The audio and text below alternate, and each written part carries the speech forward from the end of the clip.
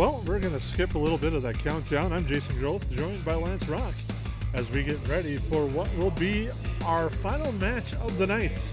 It's the Yellow Jackets and the Bulldogs live from the Hive, and what should be a fun one as we wrap things up here tonight and get ready for our very first match tonight. And Lance Rock will take it away. This should be a fun match with OTC and Perham, two rivals from right down the road from each other, and we're going to start right away with Chandler Mickelson at 106 for Perham, and I believe Elijah Froning for OTC. Froning an 8th grader, Mickelson a 9th grader.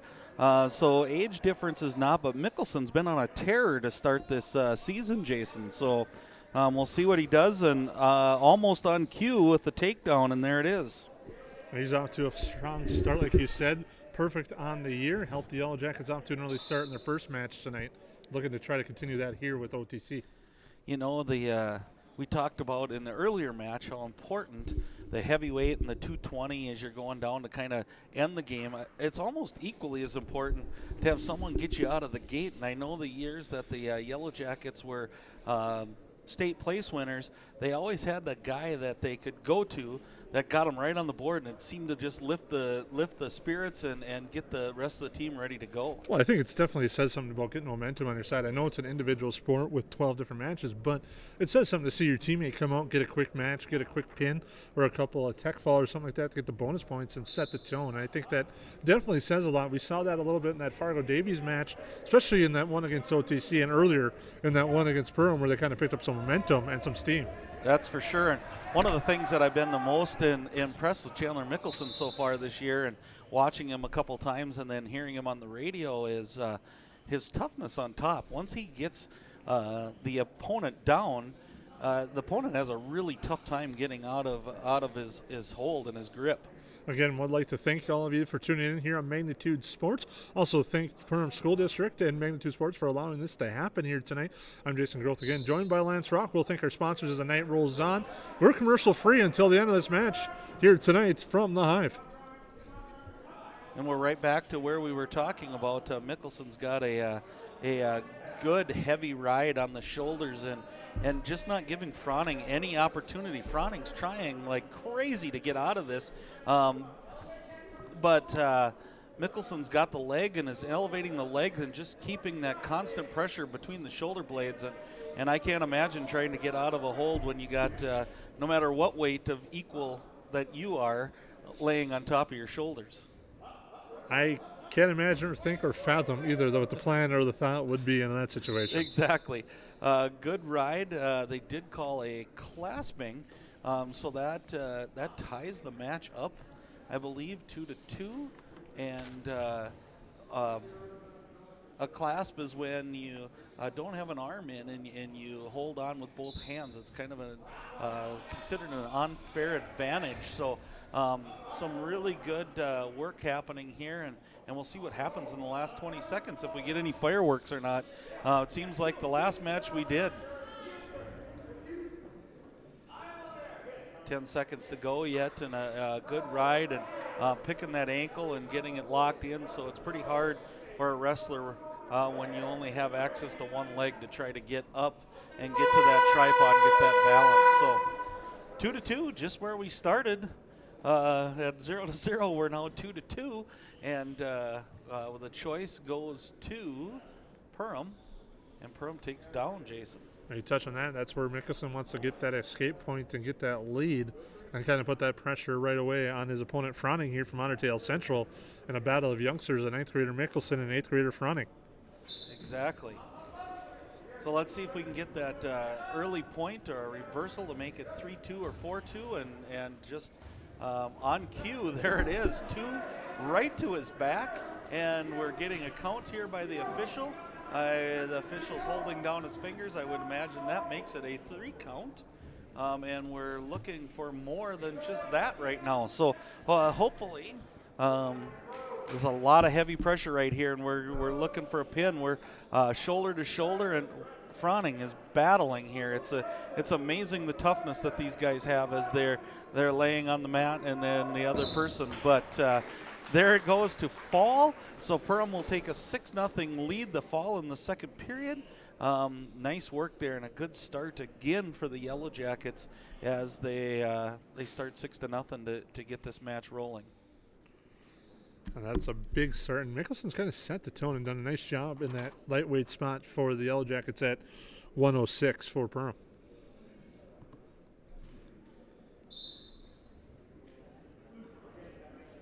You know what, Jason? I think we are in the JV matches yet.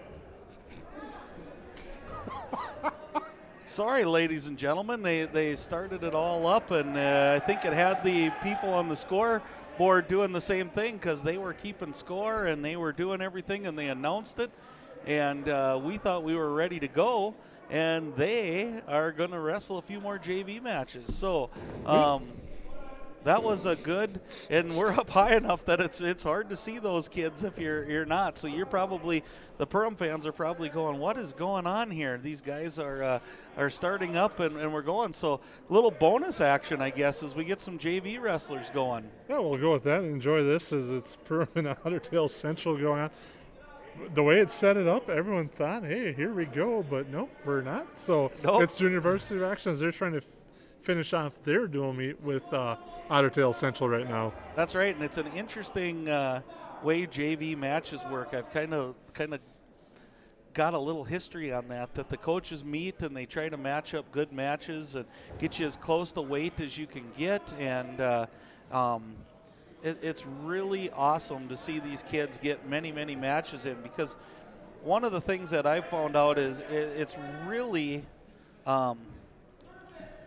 the building of your program when you can get a lot of matches for your JV kids. So I know Coach Vetch and when Coach Mosier was in, they always tried to get to tournaments, which now you can't do because of the COVID in Minnesota. They tried to get to tournaments where their JV kids could get just a pile of matches, and then you kind of keep that ball rolling as you're going. So really good to see these JV kids get some matches, and it's nice that OTC has some kids that are out that they can match up really well and see some battling happening. So we'll rewind the tape. It was a good pre-run for us. Well, we were trying a couple of new things in this match. We've heard some feedback, positive, and some other things that we're trying to test out. So we're working on that and getting things out. But here's an opportunity. We can thank some of our sponsors for making this happen tonight here on Magnitude Sports. This match is brought to you commercial-free by EOT Insurance in Perham. And did you know, Lance, you can get coverage on food in your refrigerator if it spoils due to a power outage? That I did not know. Learn something new every day. Call EOT Insurance in Perham today to learn more. That number is 218-346-5648 or visit EOTinsurance.com and go Yellow Jackets. Also, this match is brought to you by the United Community Bank. January is a winter paradise in northern Minnesota. Enjoy the outdoors with a new snowmobile or fish house. Seize the cold with a personal loan from United Community Bank. Stop in or visit ucbankmn.com to learn more. United Community Bank in Perham, Dent, and Frazee. Give us also a unique opportunity to kind of recap a little bit of tonight. Fargo Davies, the Eagles, they roll 2-0. They go tonight with a victory over Perham. That went down to the wire, which is strange because, yeah, it did go down to the final match, but with the 150 cap, it didn't really fully have that vibe, but it was an exciting match and an exciting duel. Fargo Davies earning the narrow victory over Perham. That went down to the wire. And then the match that we just had previously was Ottertail Central and Fargo Davies. No ifs, ands, or buts about that one. The Davies Eagles rolled as they earned a 57-24 victory over the Bulldogs in that one. A real impressive night by the Fargo Davies Eagles, the way I look at it. They just came ready to wrestle, and we knew that this wasn't going to be an easy match by all means when you see a score against Detroit Lakes. Detroit Lakes beat Fargo Davies last week 42-33, so you knew coming into this that it was going to be a tight contest, and it did not disappoint on my end at all. Of course, I want to see the Jackets, being the hometown guy that I am. I want to see them win, But man, if you're cheering for the Davies Eagles, you have to be impressed tonight with your athletes loading up the bus and heading home. Well, the Eagles came here with a record of 12-2 with North Dakota sports starting a little bit earlier than they did here in Minnesota. We'll just leave it at that. And they now leave with a record of 14-2, and they had a strong night tonight going 2-0. They've just been rolling. They took that loss to Detroit Lakes, and they have kind of turned it around 6 straight since that loss. And now they are leaving home tonight with the border battle victory of 2-0 tonight against their border rivals here in Otter Tail County. And on the 15th of January in their coaches poll, they were rated 8th. So I can kind of some interesting facts and maybe some things that maybe we don't follow so closely in Minnesota. But if you're watching, here's their rankings. Bismarck High is 1, Century 2, Valley City 3, St. Mary's is 4, Jamestown 5, Minot 6, Dickinson is tied for 6 in the team. Davies is 8, Legacy 9, and Devil's Lake is 10. So obviously when you're in the top 10 of any poll, you're getting recognized, and I can't imagine they're going to slide down in the poll after their showing tonight and coming, like you said, crossing the border and battling 2 Minnesota teams is not going to hurt them at all, and also beating Moorhead the other night, which is a 3A school. So a lot of good matches for them. And you mentioned beating a pair of Minnesota teams, and it wasn't lightweight Minnesota teams. They beat 2 teams with rich tradition. The Yellow Jackets, as we know, before last year, 5-time section champs, went to state, had that heck of a run where they finished 3rd 2 years ago.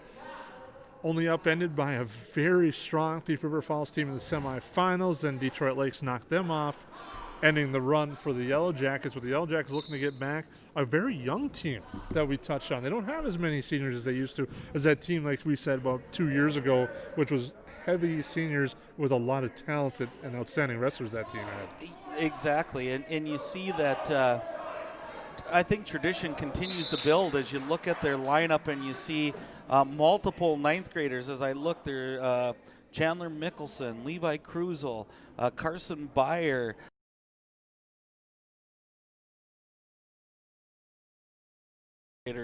that you are putting out on the mat for any program, and then to be competitive despite with that many youngsters on the mat is pretty impressive. So it's kind of fun to see.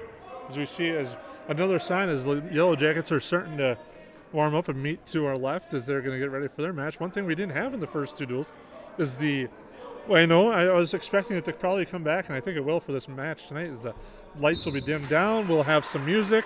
We'll have the entrance themes. We'll have your regular dual meet style atmosphere. That might, as we talk about 150 in the gym, and that might lend to that atmosphere. And it's such a good thing for kids. I mean, they work so hard, and they're after this all the time.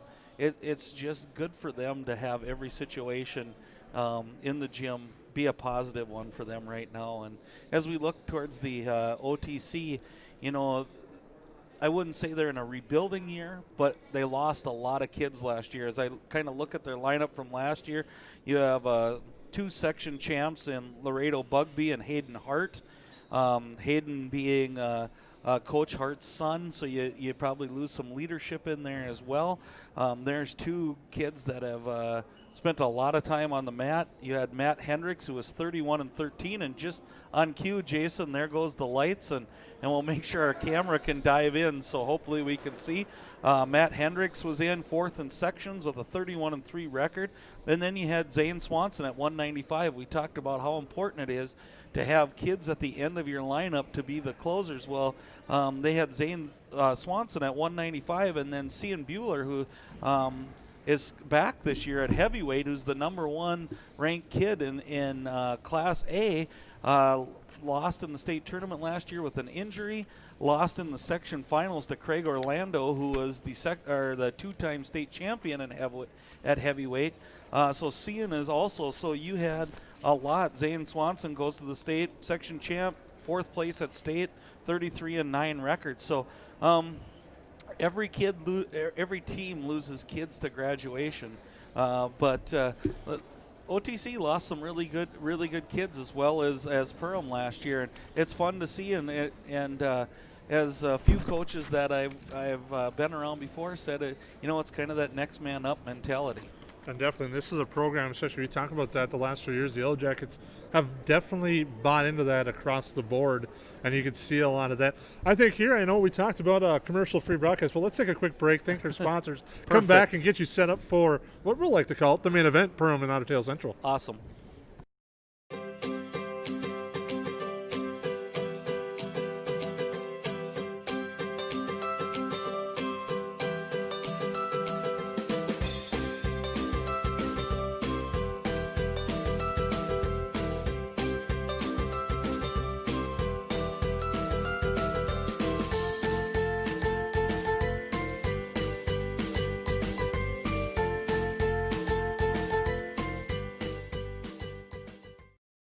Good sportsmanship.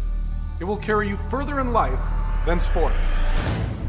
Growing up in North Dakota, I learned to respect my opponents, the coaches, and the officials.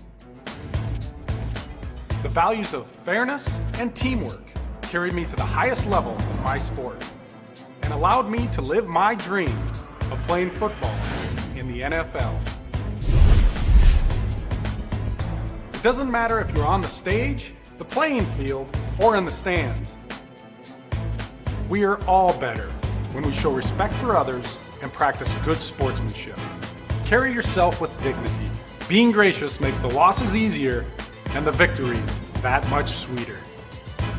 So when the lights on the playing field, the stage, or the gym floor dim, you'll always have pride in yourself.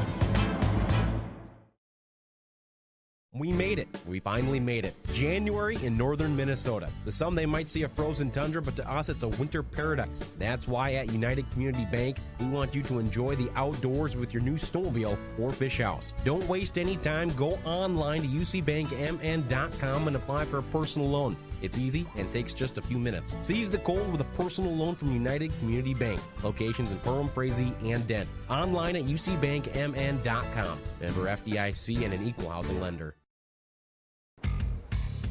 And once again, welcome back to the Hive. I'll try not to bump the table with the camera on it throughout the match as we get ready to go. I'm Jason Groth, joined by Lance Rock. This is our first of many with the Magnitude Sports Broadcasting Network. We thank you for joining us and tuning in tonight as we bring you the action here from the Hive. It's the Yellow Jackets and the Bulldogs. We'll have some more action coming up, and I believe throughout the season, Magnitude Sports game schedule, you can see there as well is coming up ahead.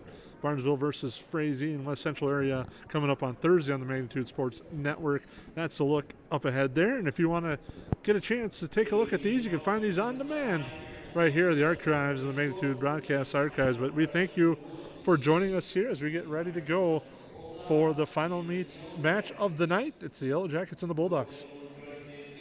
Yeah, here we are, take two, right, Jason? We kind of got duped out on the broadcast there as they put it up on the scoreboard, and we were trying to get everything going, so we apologize for that goof up, and here we go. This time I know for sure that we are. The lights are down, and this is a pretty awesome scene and a great venue to host high school wrestling when the lights are on the mat and the lights are turned down, and what a great thing. It kind of gives you that chills even at my age of thinking back to the high school days. Yeah, it's kind of a unique atmosphere. It's a great way to set up. As you see, I'm fixing the scoreboard there because we got duped by that pin that happened in that match that we will call it our practice one, but we thank you for tuning in.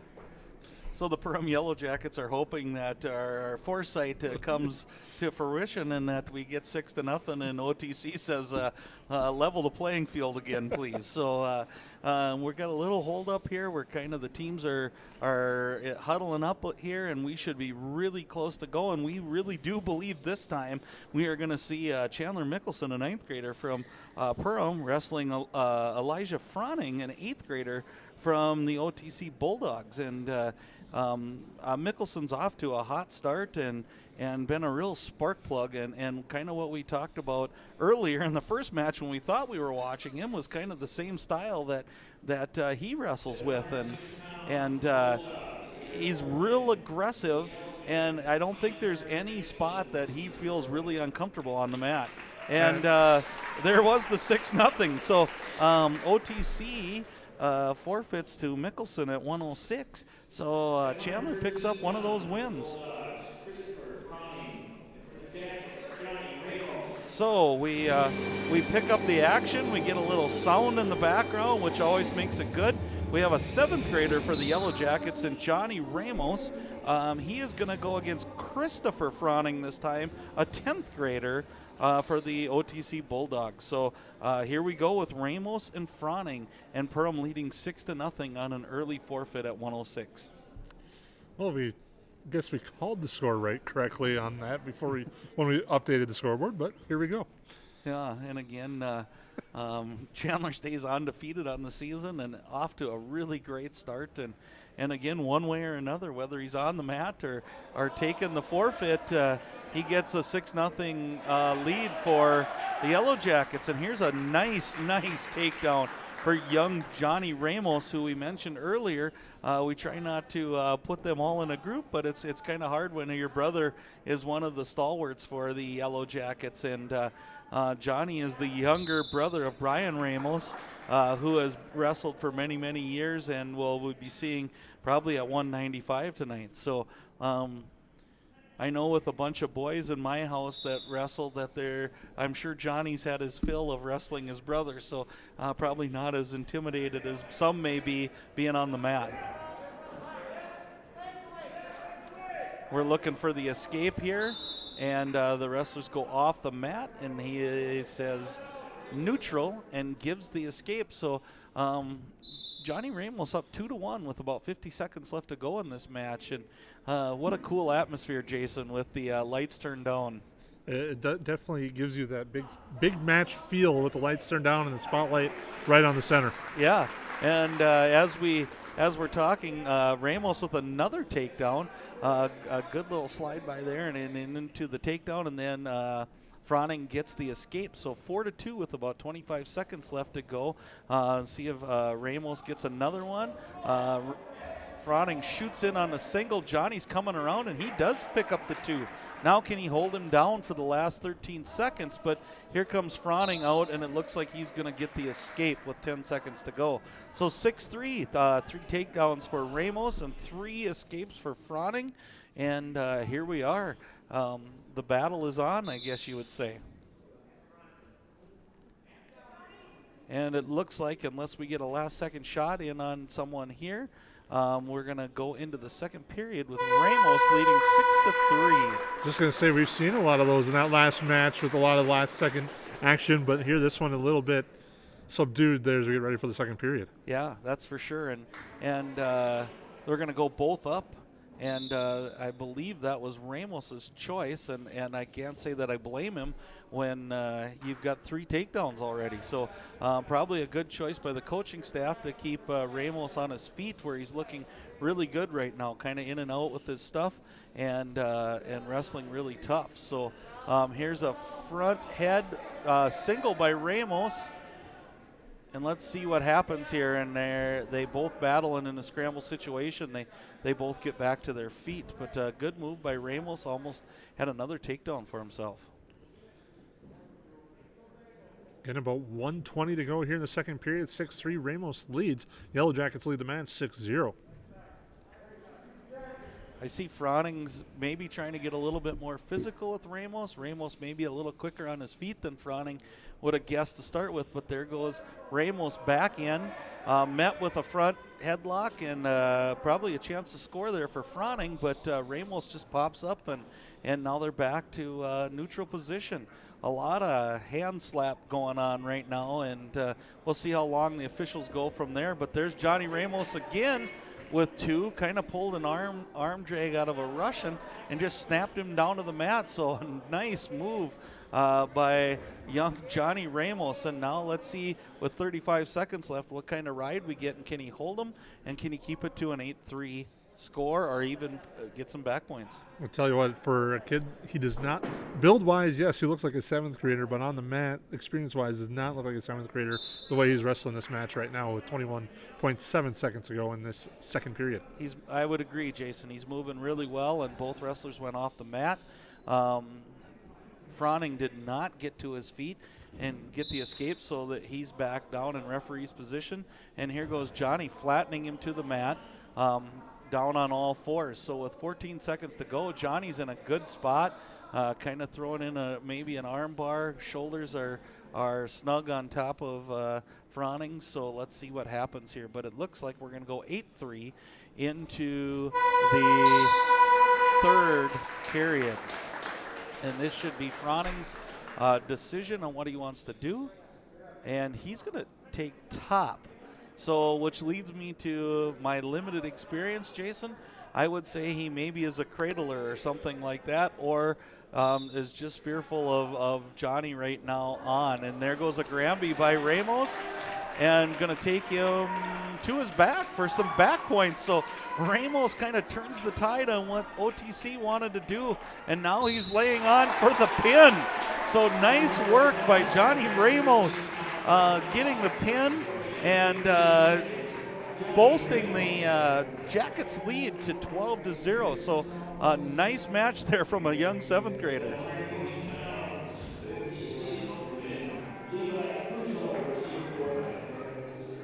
All right, so at 120, OTC is open, so Cruzel will get the win by a forfeit.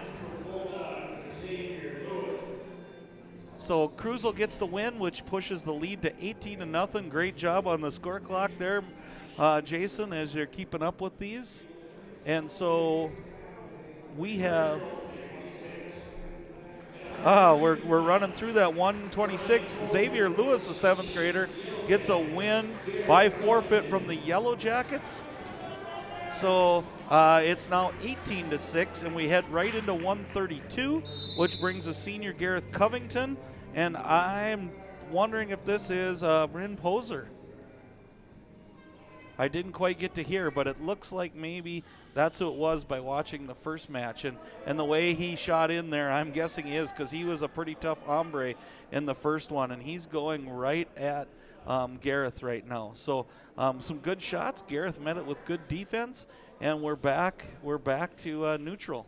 And Gareth is one of the 3 seniors on this Yellow Jacket squad. We talked about a very young team coming into this year's team. Yeah, and Gareth is a great leader. I know, seeing him in the wrestling room, he works hard, and he's not the most vocal leader, but he leads by example by how hard he works. And there's not a day that goes by that you won't see him coming out dripping with sweat and giving it his all in practice too. So, I've always been a believer from coaching that kids who work hard, it pays off in the end. Couldn't have said it better myself. Hey, nice. So here we are. We've got about 55 seconds to go, and some shots by both guys, leading to nothing right now. So good defense, good offense, and a really well wrestled match right now, I would have to say. And I would say this is kind of what you would expect with these two guys, both experienced, both very good wrestlers. Yeah, and it looks like kind of same body style, same height. They're both kind of quick on their feet. Gareth might be a little bit more twitchy, I would say, if that's a word. It's probably better than in the first round when I tried to make up a saying and it didn't go so well, but we'll go with twitchy, where it seems a little bit more like Poser's a straight-on type of wrestler and tries to use his strength more. And Gareth has met that match with the strength. So a couple good shots there. It leads to nothing. But it was certainly entertaining, and there's 15.6 seconds left in the first period in a tied 0-0 match, which doesn't seem like it should be 0-0. There's been a lot of action. But like you said, Gareth was a little bit more. Brian is straight on, and that's kind of unique to see the two, a little bit of contrasting styles with the same body types. Exactly, and there again, Poser went in and went straight on, looking for that kind of that power double. And Gareth kind of stood it straight up, and then we'll go into the second 0-0. So it's kind of sometimes a big thing when people score first if you go into overtime. But we'll see. And Poser does take down. So the opportunity to get the first points here in this duel, in this match, it will be awesome. So Brian comes up. Gareth takes a single, and he's out. So there's that first point that we were talking about. It's so important. But I really do not believe 1-0 is going to win this one. So I would look to see Gareth kind of push the action, and we'll see if Poser kind of stays on track, kind of going straight through him and trying to pick up that double leg. Oh, I definitely don't see a 1-0 being enough to get a W in this one with the way these two wrestlers are going at it with each other. And on cue, there goes Poser right straight into him, but drives him off the mat again. So great defense. You know, it's crazy. And this one kind of has that feeling that this could be one of those momentum-type matches here in the early going where it's an 18-6 lead for It does. And there goes Poser again, and Gareth fends it off another time. So you can almost see Poser getting a little frustrated there. Like, what do I got to do? I've had 5 good shots, and I haven't gotten a score on any of them. So we'll see if he changes up what he's doing or if he'll continue on with what's been working. It just hasn't shown up on the scoreboard. We have about 1:05 left, and now here's Covington in on his own single leg. Let's see how Poser defends now, being on the opposite side of what's been happening to start with. So great shot there by Gareth into the single, and just like the other way, Poser works his way out of it.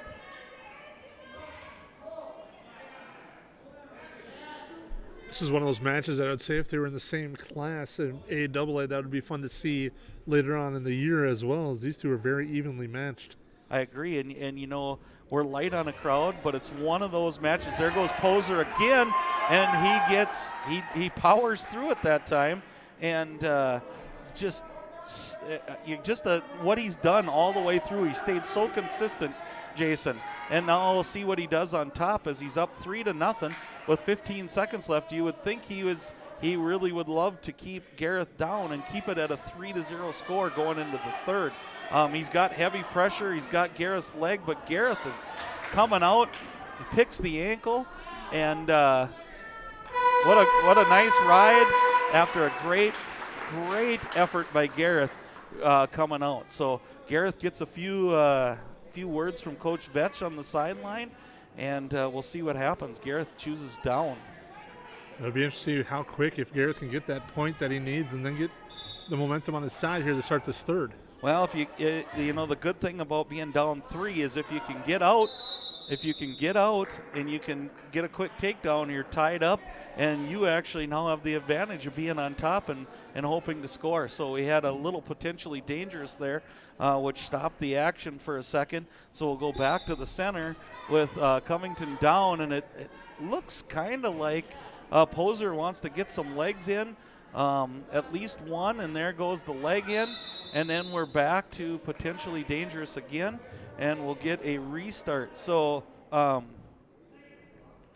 this is really a good match. If you're paying money, this is one you'd want to see. So Poser tries to throw in a cradle, and he does standing up, and we're getting back points in here, and you know, Gareth was coming out, and he just happened to get caught in that locked position, and here he is, you know, and how quickly this can change.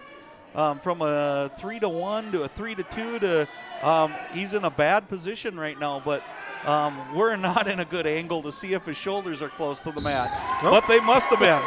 There is your answer. There it was, and that was a great match, and you hate to see a kid go down that I think they were that close, and if they'd wrestled 10 times, it'd be 6-4 or 5-5 maybe even.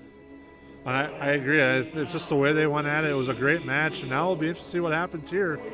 As like I said, now the momentum has turned a little bit here to the Bulldogs. You are right, and they come with another junior, the Bulldogs, and Reed Lebo, and here's where Perham comes with another freshman in Carson Byer, and Lebo wastes no time. At about 14 seconds in, he gets a takedown and then escape for Byer. So we'll see if the takedown game is going to happen. We'll see how Byer defends this. I know one thing, knowing Carson for a long time, he is a fighter on the mat, and he will give everything he's got right down to the very end. So it'll be kind of a key early match maybe.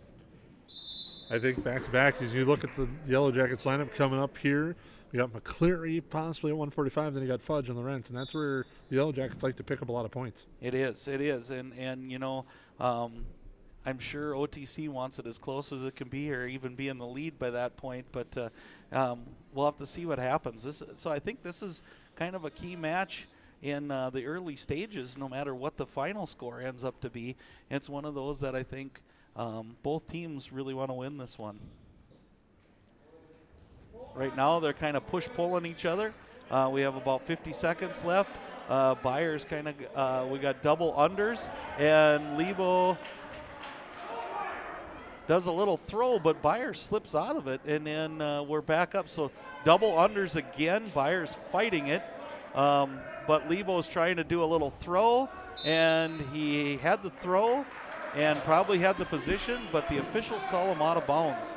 And that's probably one of the trickiest calls. To me, it's kind of like pass interference in football, that one official may call it just a little different than the other one depending on where they're at, and it's a tough individual call. And we know Minnesota Viking fans love that call. Yes.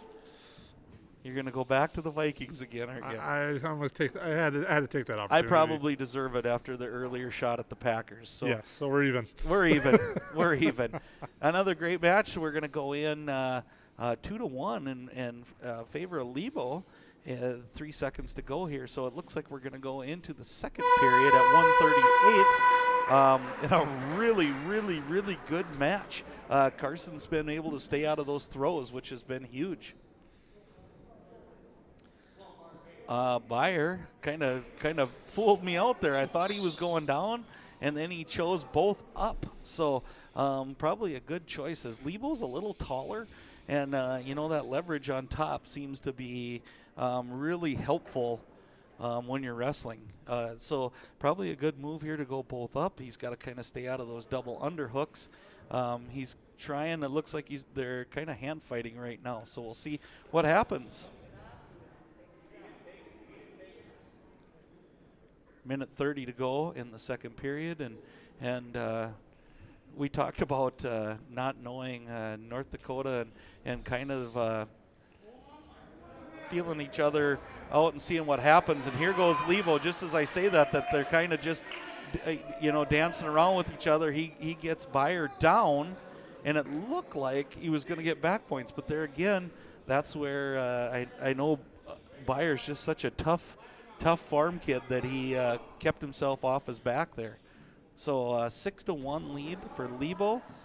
Definitely a spot I would imagine OTC's going to look for bonus points here.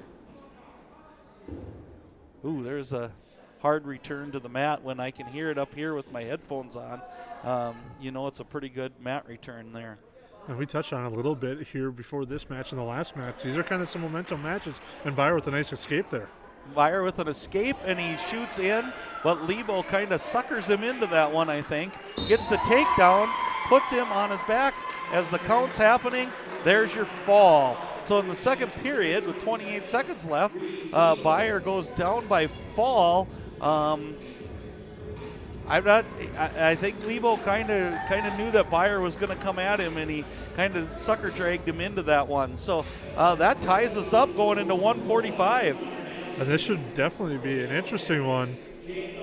Connor Nelson going against Jacob McCleary. McCleary, like you said, back for the Yellow Jackets now. Exactly, and McCleary's a junior, so if you're going to come back, it's a nice time to get some mat experience. And I know Jacob's wrestled for many, many years, and like you said, we touched on it in the earlier match, is a great cross-country runner. It definitely is. He's helped the Yellow Jackets throughout the last few years, part of that dynasty program. We talked about it. He closed strong in that first period in his first match, but struggled in the second period in his first match tonight. And here he goes again in the first period with the takedown right away. So McCleary looking good on his feet. Now he's riding, looking for that cradle, and he hops across on it. And here he pulls him over the top, and he's got him. Oh, and it looks like shoulders are, boy, that was close. So he's getting the count and the fall. So McCleary wastes no time. He said, take that, Jason. We're not going to the second period this time. We're going to end it right here. Definitely a nice way to take any doubt out of that. And you make a quick work there as he does, moves on, helps the Yellow Jackets extend their lead to 24-18. And if he can do that for the Yellow Jackets at 45, and then you go into Fudge and Lawrence, it'll be a nice trio in the middle of that. I didn't catch the wrestler for OTC. Did you, Jason? I want to say it's Logan Schlesky, but I don't know for sure. Didn't think this was Logan, but so I didn't. Yeah. And then Jack Fudge going here, who is definitely a leader for this team, and many wins. He's way up high on the rankings for total wins. Jack's already got the takedown, looking for back points.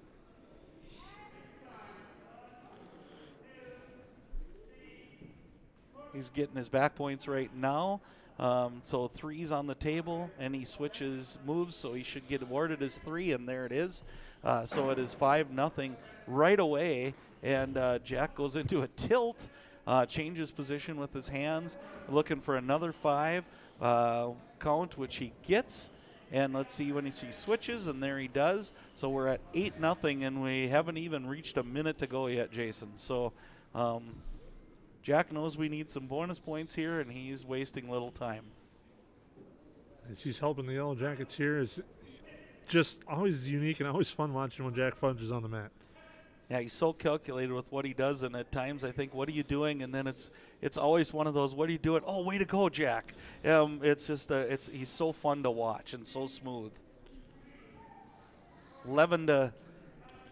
We got 11-0 here as we get going, and 29 seconds left, and you got to feel for the OTC wrestler, but he's doing a great job of battling, and if he makes it out of this period, it's because it'd be 3 on this, so it'd be 14.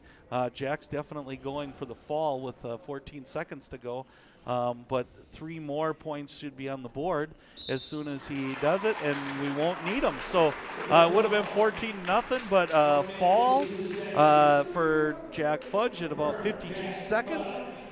Kind of gives some separation for just where we thought it would happen, Jason. Making us sound really smart here, but just where we thought it would happen, it's happening. So we're at 160, and we have Blake Lawrence, a really accomplished wrestler, and I believe Jackson Rich going for the Otter Tail Central Bulldogs. So junior on junior here, and maybe a good match setting up here for our final duel of the night. So let's see how this plays out. They're kind of hand fighting here and trying to get the feel of the other.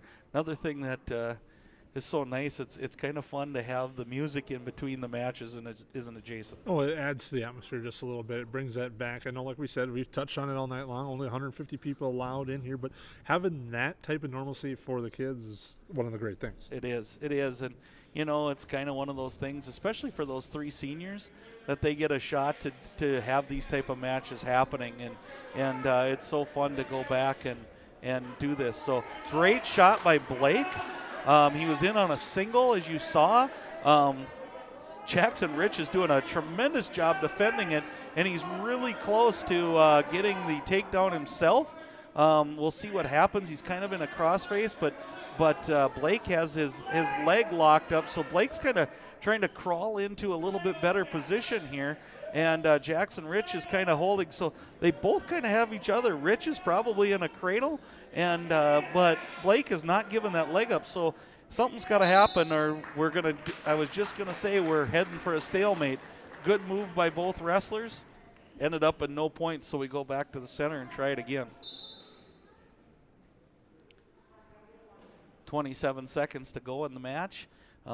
This is a good one. It's fun to see kids scramble a little bit, and I think there's definitely a knack and an art and a feel to that sometimes you can't coach when you get into those scramble situations.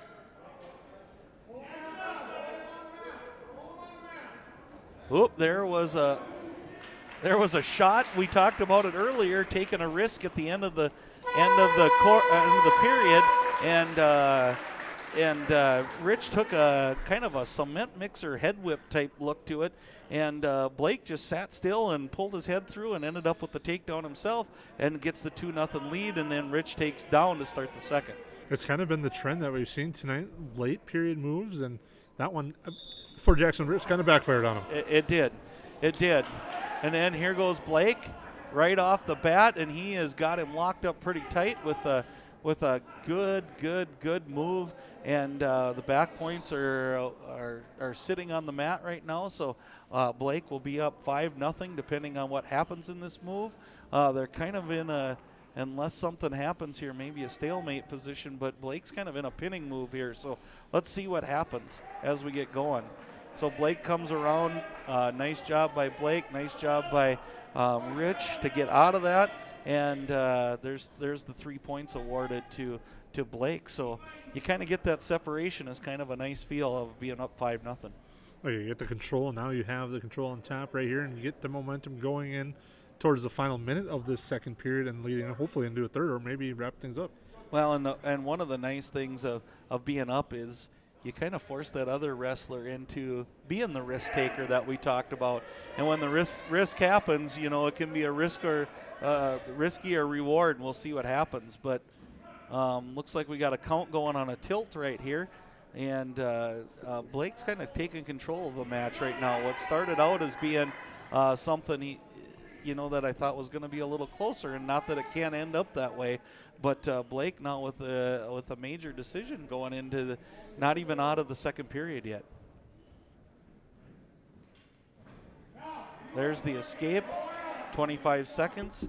We'll see if Blake gets on his offense, or if we see Jackson Rich open up some of his offense to go 8-1, and it just doesn't. And there goes Blake again, and is in on the takedown, and there it is. He's awarded the takedown, so he's going to go 10-1.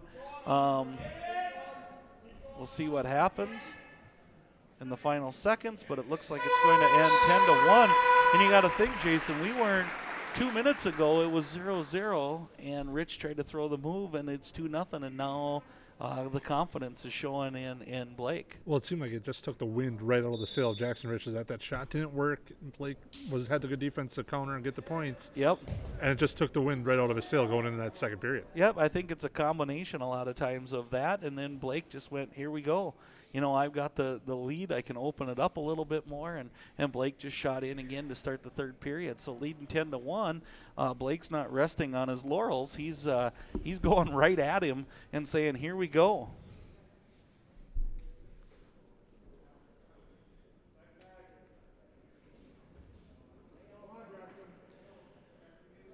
Little lull in the action right here as they're kind of just Blake's got the major decision. And there is a good shot, reshot, and he's in deep. Jackson Rich is in the headlock looking for something, probably looking for a throw there, which Blake again did kind of like he did in the first period. Is he just kind of sat out of it, and now is up 12-1 with a minute to go.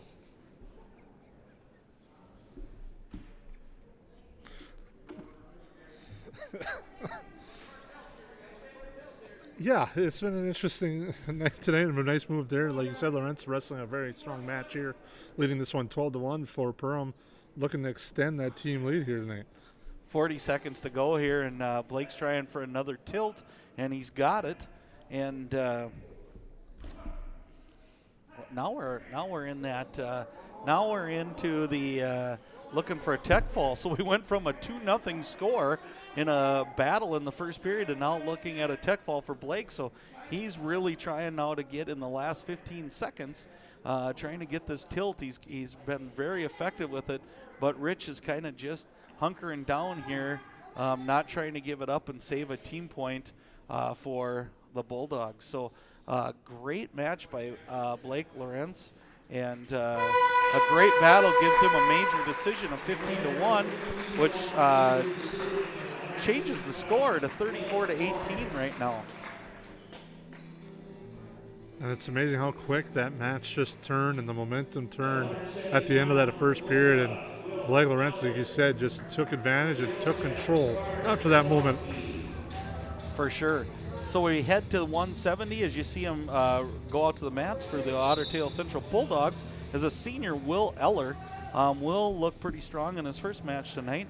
And for the Jackets, it is a junior and Carter Kozowski. So a senior, Will Eller, and a junior in Carter Kozowski. So Jackets up 34-18. We have about 20 seconds have gone by now in this match, and we got a lot of hand fighting going on right here.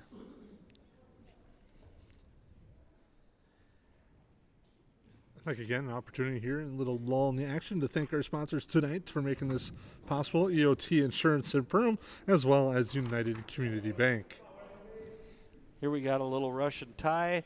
Both wrestlers are kind of going upper body here. So be interesting to see if they both try to stay upper body or if one of them takes a shot at the legs and see what they can do. We have a minute left to go in this first period, and not a lot of high flying action, but they are definitely fighting upper body and trying to take control of the match. So Say, Mike, this might be one of the more methodical matches we've seen here tonight. We've seen a lot of fast and furious. we could use a couple of those A little breather. for our first night in.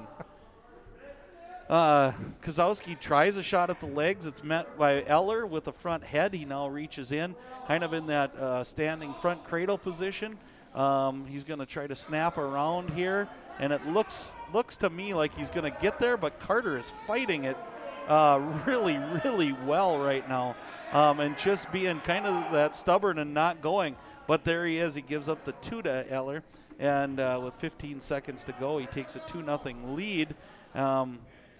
And we'll see what Kozowski can do on bottom and what Eller would like to do on top. It'd be nice if Kozowski could somehow get this escape, but we're running out of time, and Eller will take a 2-0 decision.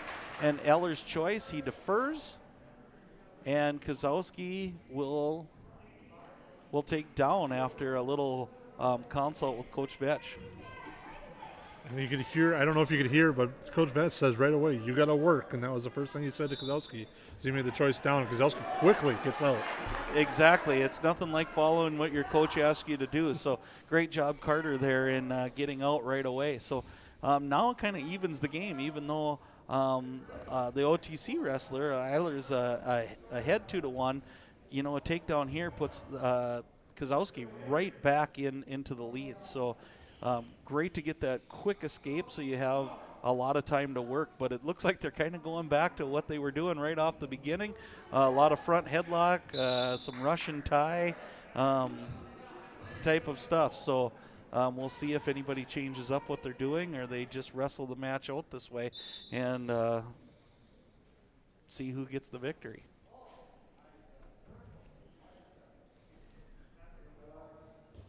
So they're back kind of locked up again.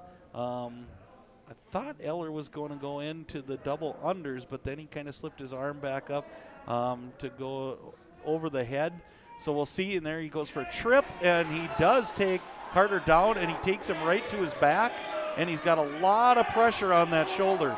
So Carter's down, a lot of pressure on that shoulder, but Carter does a great job twisting out of that.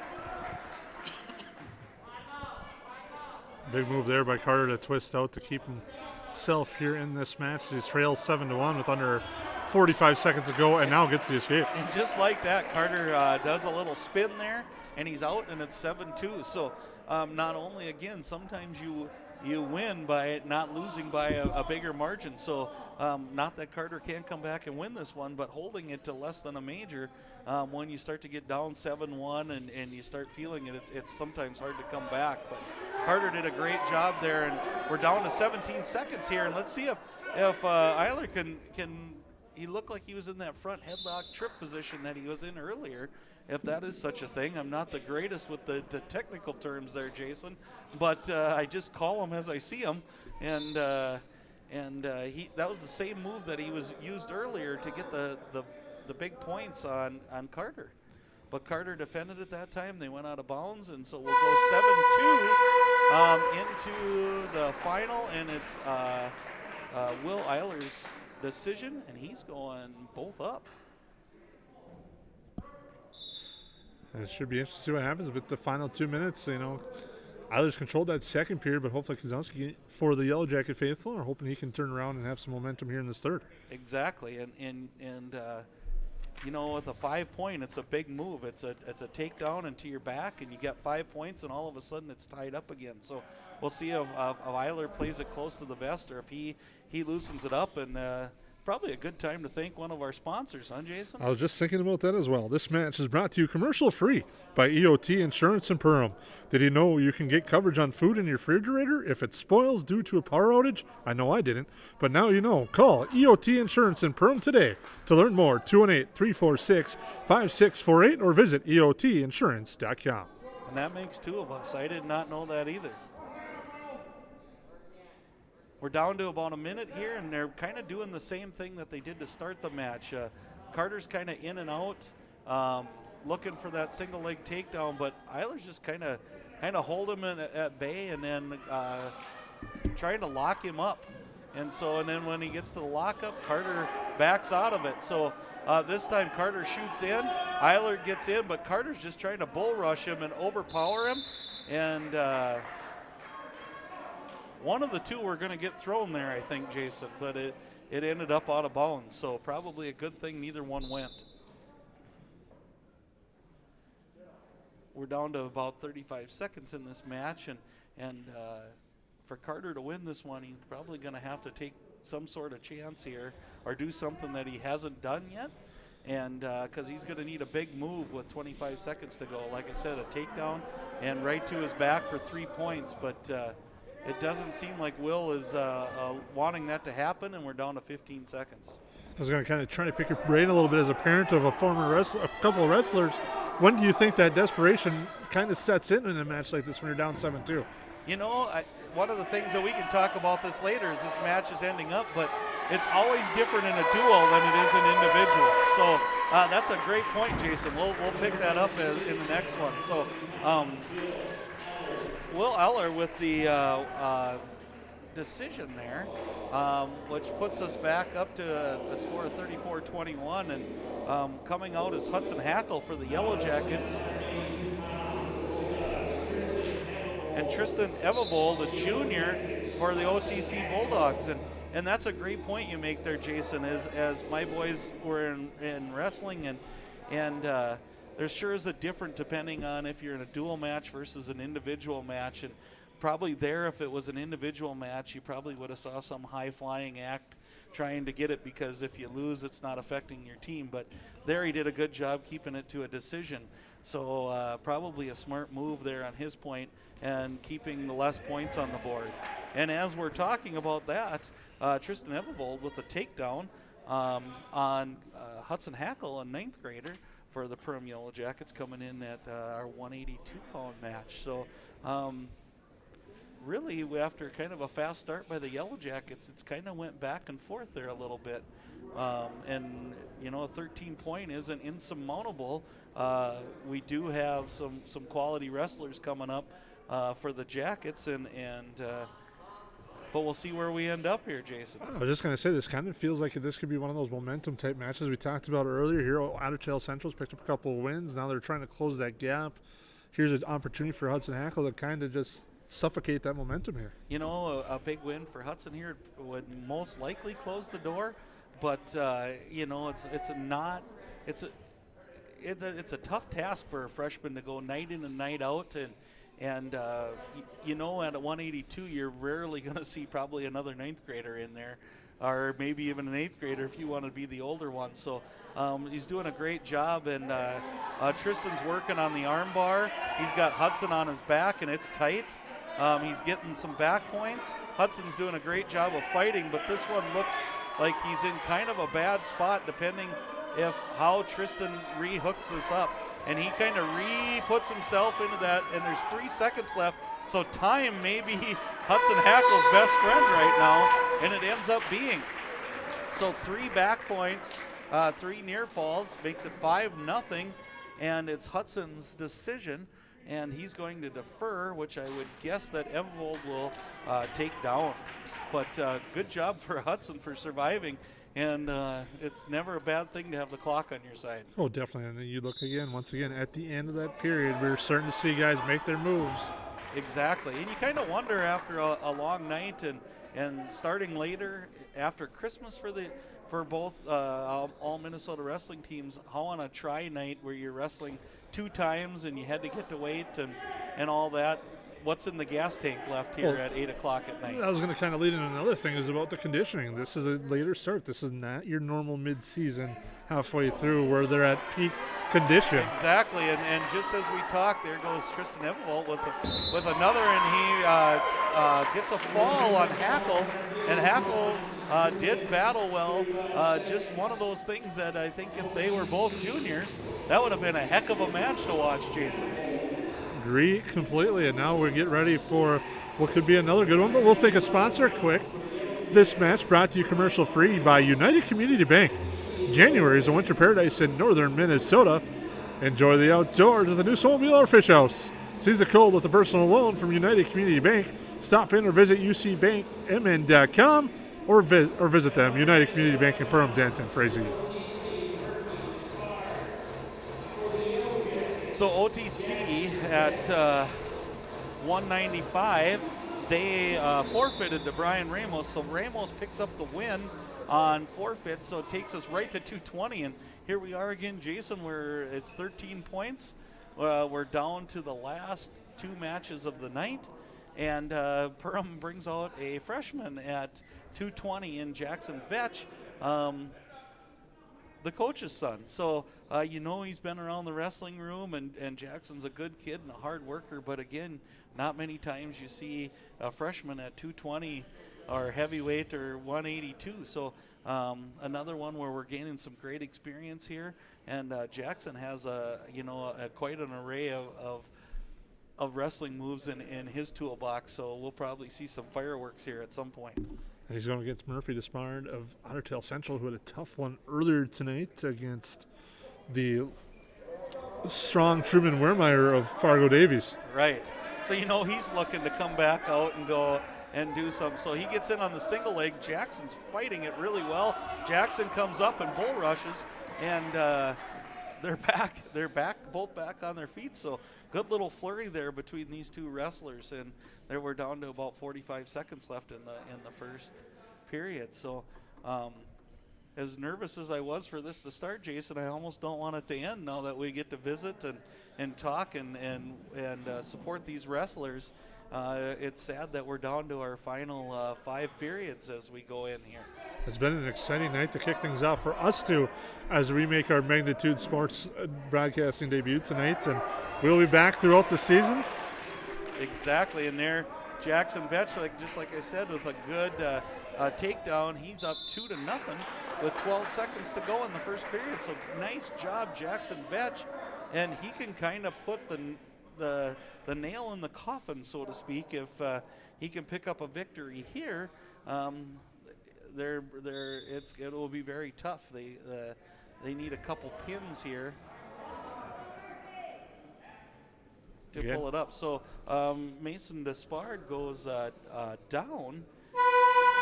And then there's the end of the period. So looking for a quick escape, did not happen. And Jackson Vetch goes up 2-0 into the second and defers to Despard. And make sure to check out msportsnet.com or msportsnet.com, home of Magnitude Sports, for the broadcast schedule coming up ahead on the Magnitude Sports Network. And one of the things, here's a quick reversal. Does he trap the arm? He does not trap the arm. If he could have got that arm, Jackson might have been in a little bit more trouble, but it does tie this match up 2-2. And one of the things that I was going to say, Jason, is for me, if I'm at another sporting event or whatever, the beautiful thing about Magnitude Sports is you can go, if you just caught the last part of this, you can go watch it on YouTube at your own luxury, so you can watch this over again. And tonight you might want to fast forward a little bit if you look at the review of this broadcast. Unless you really want a long pregame between you and I. Of a match that we thought was something else too. Exactly. We'll eat a little crow on that one, but you know what? It's been a good night here tonight here at the Hive, and the Yellow Jackets hopefully closing in as they're in a good battle here at 220 right now. I can't hardly wait to get to school in the morning. This is a good battle, 2-2. Despard has hold Vetch down. He's kind of working on the arms. Vetch is kind of sprawled out here. he's going to have to work up to his base, and as I say that, he starts to work to his base.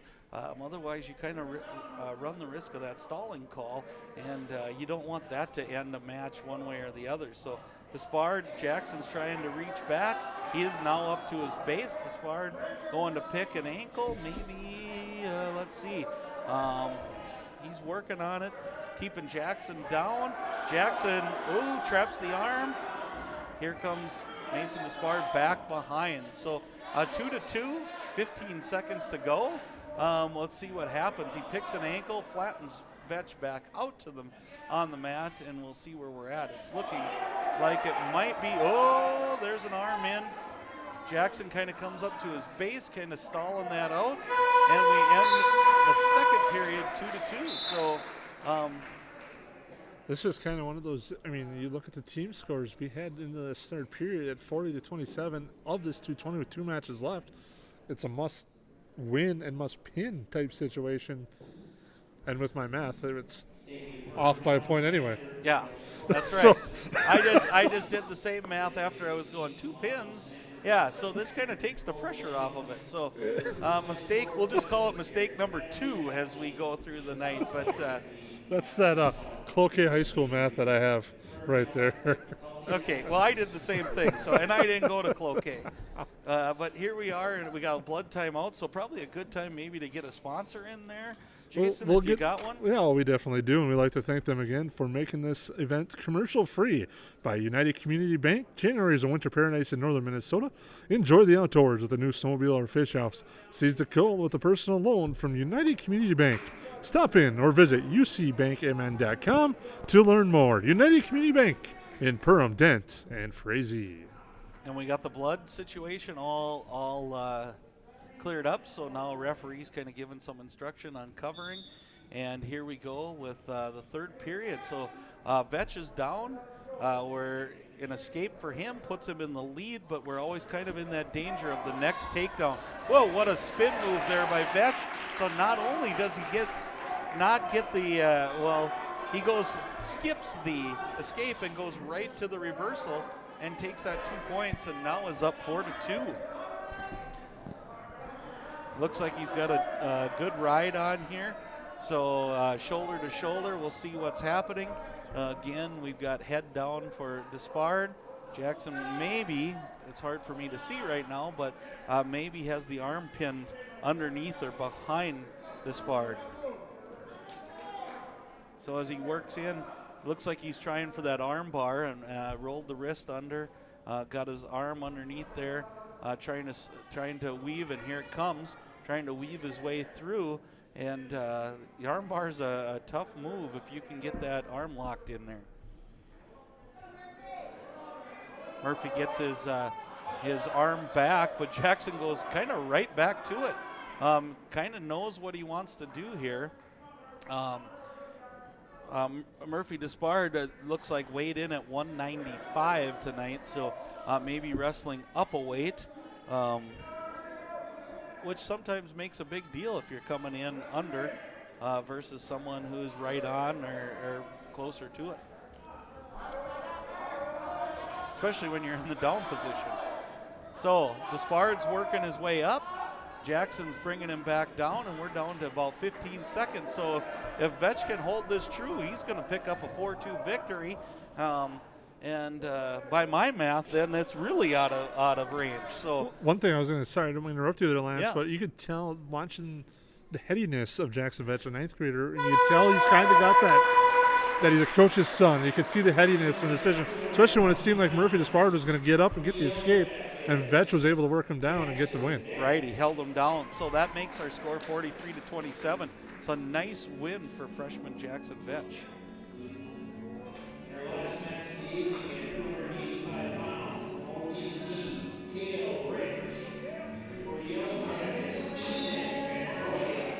So for our final match of the night, we have Cale Rich, a ninth grader from OTC who weighed in at 220, is also bumping up. So Cale Rich, a ninth grader.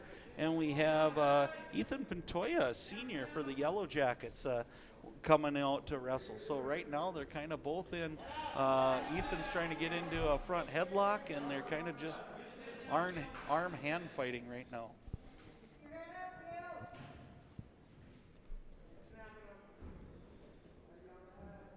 It's kind of the fun part of watching a 285 wrestling match is they kind of do this, and all of a sudden you don't know when the big move is coming. And then the fireworks happen. And, Cale Rich gets into a single, and Ethan Patoya just spins around behind him and gets the takedown. So he's up 2-0 with a minute to go, minute left in this first period. So Pantoja up and riding Rich as we go. So he's getting awful high, and now he's working back on it. But you don't want to get above his shoulders there, and it looks like Rich is trying to grab that leg and maybe get his way out of there with 40 seconds to go. Pantoja staying heavy on the shoulder blades of Rich, and kind of using that power, and Rich just powers him out and gets a restart.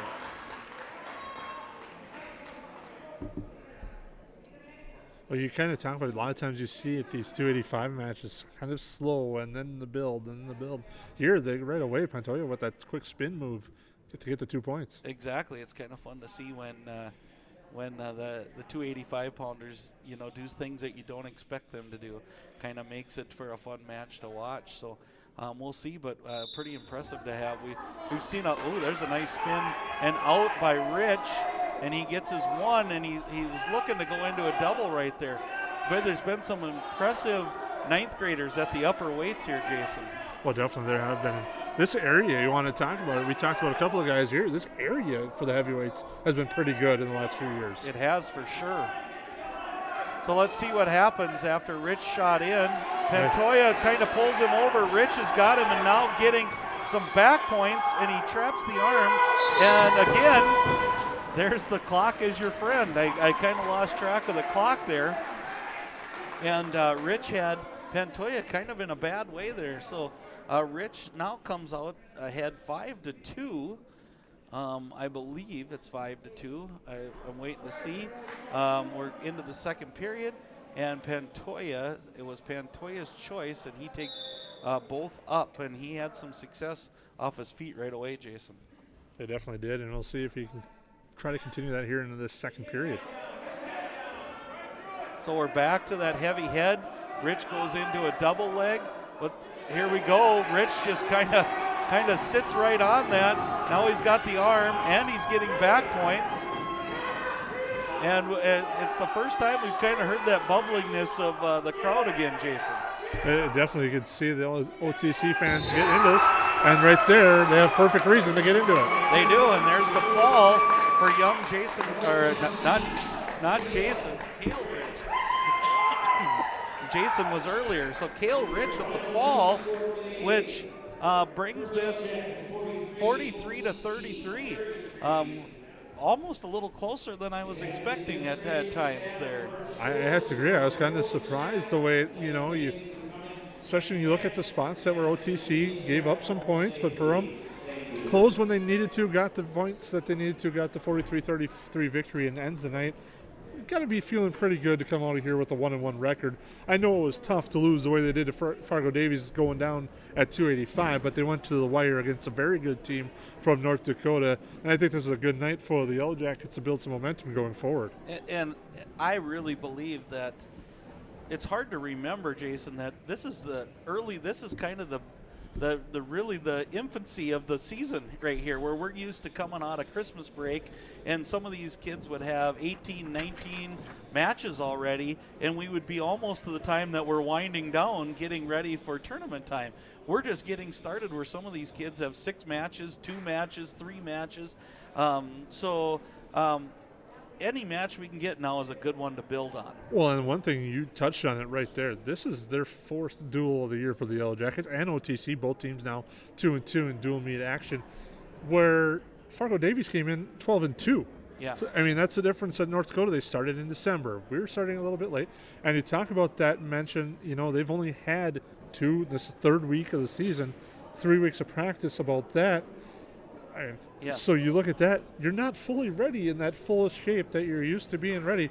Because, there's some kids during that time. I know these kids work hard, don't get me wrong. But there's some time natural kids are going to be kids. They're going to take a little bit of time off. Yeah, and not only that, these kids weren't even in school. So they were distance learning and not in their normal routine of getting up in the morning at the certain time, and you have practice at a certain time, and a lot of athletes that I know are very routine based. They like the same meal before they go out and compete. They do the same rituals. They tie their shoes the same way, and a lot of those things were kind of thrown up in the air with the way this winter season has started. So any matches stand out for you, Jason, that you look back and go, wow, that was really kind of fun? I'm going to kind of leave that as a little bit of a teaser. Let's take a quick commercial break. Thank our sponsors.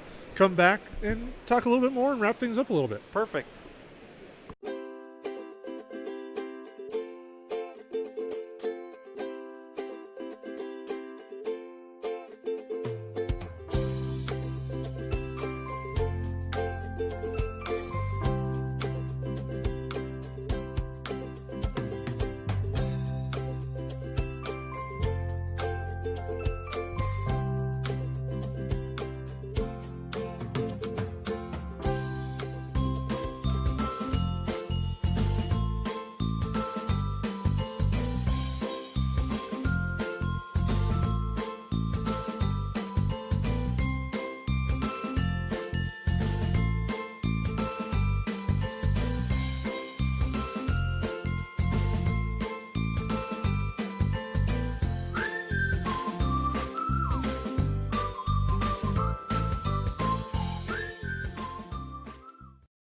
We made it. We finally made it. January in northern Minnesota. To some, they might see a frozen tundra, but to us, it's a winter paradise. That's why at United Community Bank, we want you to enjoy the outdoors with your new snowmobile or fish house. Don't waste any time. Go online to ucbankmn.com and apply for a personal loan. It's easy and takes just a few minutes. Seize the cold with a personal loan from United Community Bank. Locations in Perham, Frazee, and Dent. Online at ucbankmn.com. Member FDIC and an equal housing lender. Magnitude Sports has delivered over 1,000 broadcasts capturing all fourth quarter comebacks, walk-off home runs, buzzer beaters, 62-point volleyball sets, and double overtime victories. The excitement is on Magnitude Sports. Over 150 teams from 5 states and 2 countries have been featured on Magnitude Sports at both the varsity and sub-varsity levels. Subscribe to our YouTube channel and select your alert preference so you never have to miss that big moment from your favorite area sports team. Find us on Facebook and Twitter too. This is the Magnitude Sports Media Network. Well, welcome back here to the Hive. Jason Groth, Lance Rock, as we're getting ready to wrap things up. The Yellow Jackets with a 43-33 victory over Otter Tail Central. A nice night tonight for the Yellow Jackets. They go 1-1, suffering a tough loss earlier in the day to Fargo Davies, but they bounce back not too long after and get the big victory over the Bulldogs. So, Jason, I kind of put you in a spot the first time, so I apologize for that. But now that you've had a little time to think, any matches stick out for you as we wrap this match up tonight? I'm going to take one that definitely stands out to me. It's going to be at 145 for the Yellow Jackets. Jacob McCleary, cross-country runner, like you said, coming back out to wrestling this year and had an outstanding night. I mean, yeah, a tough loss in that first match tonight, but he bounced back and rebounded really well with a pinfall win at 145 in that first period. You know, it's fun to see how kids react after some adversity, and Jacob really stepped up to the challenge there. And I guess if I had to go for Otter Tail Central Bulldogs, Mr. Poser at 132 was a pretty impressive, a smooth operator. So I like the way he looks, and that was a great match between him and Gareth Covington, and it looked like it was going to head down to the wire, and all of a sudden he pulled out a move, and before we knew it, the match was over. So excellent win for him, and I think one of them that he'll look back to even as tournament time comes and say, you know what, I'm ready. I really faced a tough wrestler in Gareth Covington and went toe-to-toe and then ended up pinning him. Well, another one that also stands out, too, we got to touch on Yellow Jacket side of things, Blank Lawrence at 160. Leads 2-0 late in that first period. Yeah. It seemed like it was an even period. His opponent went to make a move. Lawrence counter, got the 2 points, and just took off from there. Dominant, just a very dominant second period, and then went on to cruise to the win. Exactly, and Tristan Evevold looked really good for the Bulldogs at 182 against Hudson Hackle, and then it's kind of fun to watch Jackson Vetch, a 9th grader, at 220.